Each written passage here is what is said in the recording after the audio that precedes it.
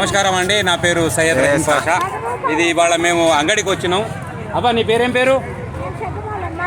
మల్లక్క. ఏం తోళ్ళు? నాతకానోళ్ళు.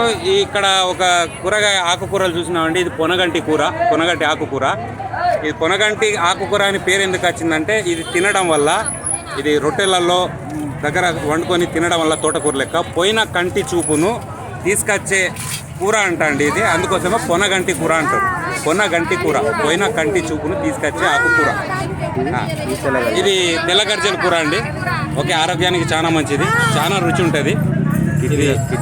ఇది కిడ్నీలకు పనిచేస్తుంది అండి. ఇది కిడ్నీలకు పనిచేస్తుంది. ఇది కంటి చూపుకు పనిచేస్తుంది పొనగంటి కూర. ఓకే అండి. అబ్బా, అందరూ చికెన్లు మటన్లు తింటారు. ఏం తినాలి మనం? ఆకుకూరలు, కూరగాయలు తిన్నాడు గట్టిగా 100 సంవత్సరాల కన్నా ఎక్కువ బతుకుతాడు కదా. ఇదే తింటావా? ఇప్పుడు నీకు ఎంత ఉన్నది వయసు? 70-75. ఇప్పుడు కూడా పని చేస్తాను. Okay, thank you.